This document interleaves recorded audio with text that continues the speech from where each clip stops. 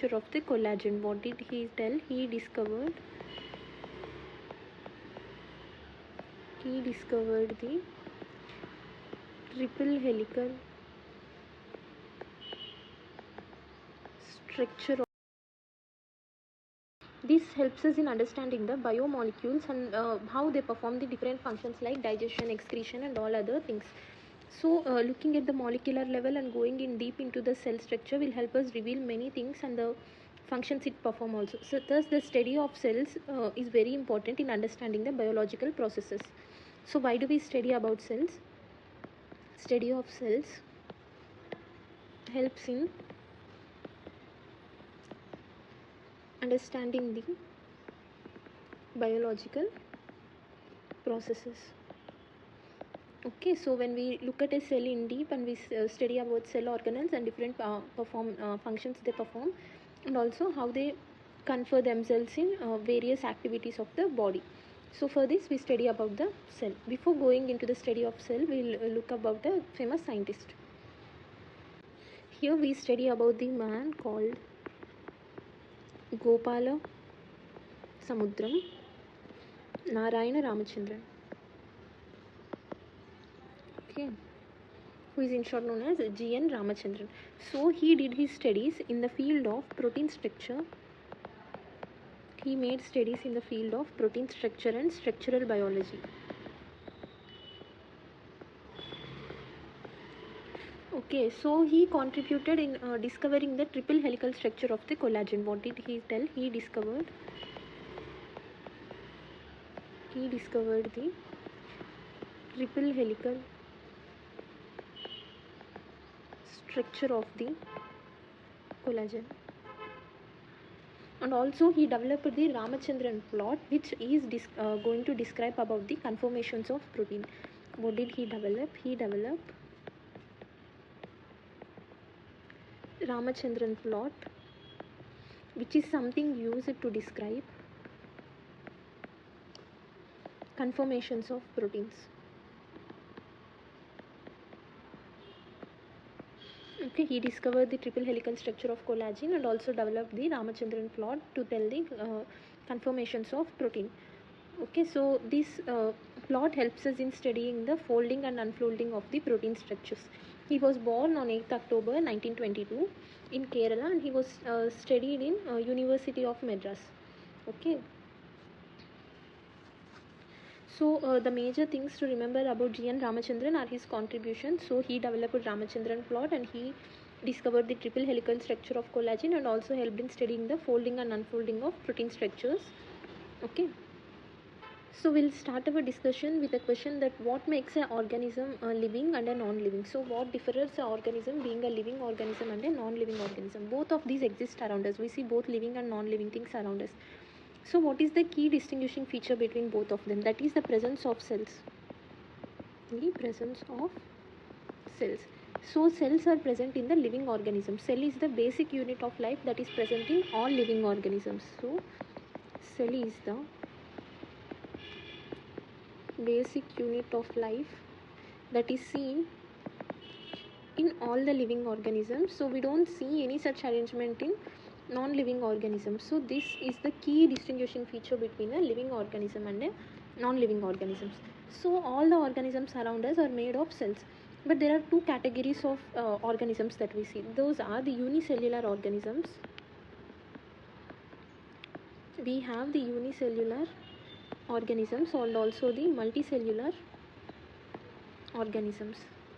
So what do you mean by unicellular and multicellular organisms? Unicellular organism is an organism that is made of a single cell. So it is made of a single cell, whereas the multicellular organism is made of many cells. Okay, example of unicellular organisms are like amoeba, paramecium and many other. Here only one cell performs all the life activities.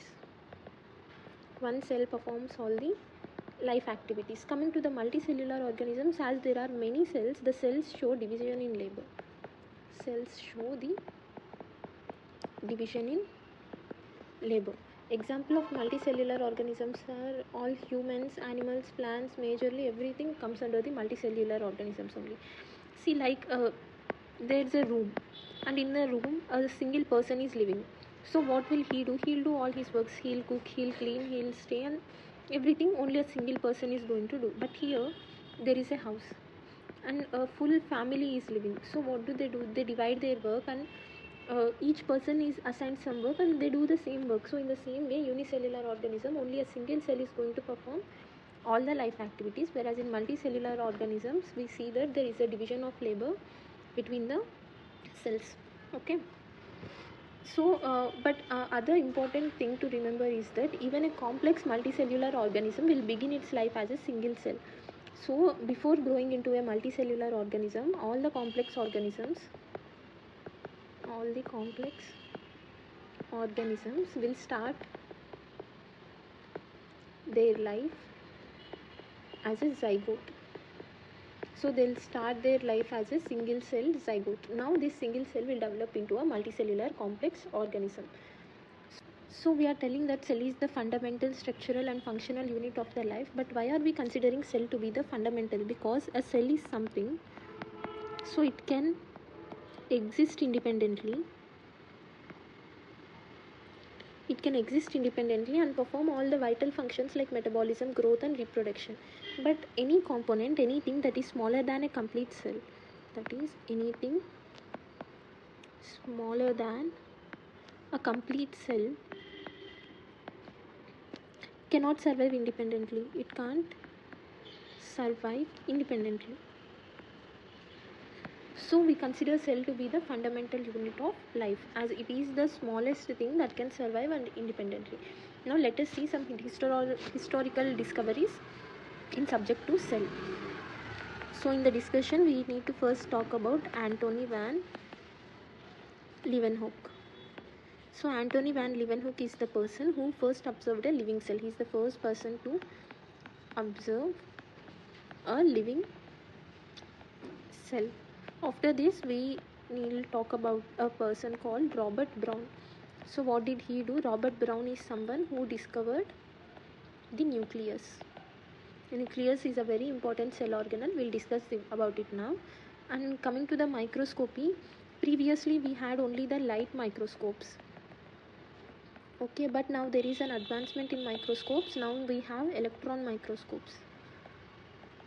So with the advancement in microscope, we have got revealed to the ultrastructures of cells, and we have also seen the organelles of cell. We are now in detail studying about the cells because in the advancement of the microscopes. So now we can see the cell clearly in the electron microscope, and electron microscopes helps us in the study of cell organelles in more detailed way. Okay, so now let us study about something called a cell theory. Okay, we'll study about cell theory. Before going to it, we'll see about some scientists, and then I'll tell you about this cell theory. The first scientist in this we'll know about is the Schilden. Schilden, he is a German botanist. He is a German botanist, and he studied about plant tissues. Okay, Schilden is a German botanist, and he studied about plant tissues, and he gave a conclusion that all plants are made of cells. All the plants are made of cells, and the cells unite and form tissues. So what did he conclude? He concluded that all the plants are made of cells, and all the cells, like some of the cells, they group together and they form the tissues. After Schilden, we'll study about Schwann. So Schwann, he is a German zoologist. Okay, Schwann is the German zoologist. So what did he do? He studied about the animal cells. He did studies in the animal cells. So after his studies, what did he observe? Schwann studied the animal cells, and he observed that there is a plasma membrane present in the cells. There is a plasma membrane that is present in all the cells, and also he said that the cell wall is unique to plant cells.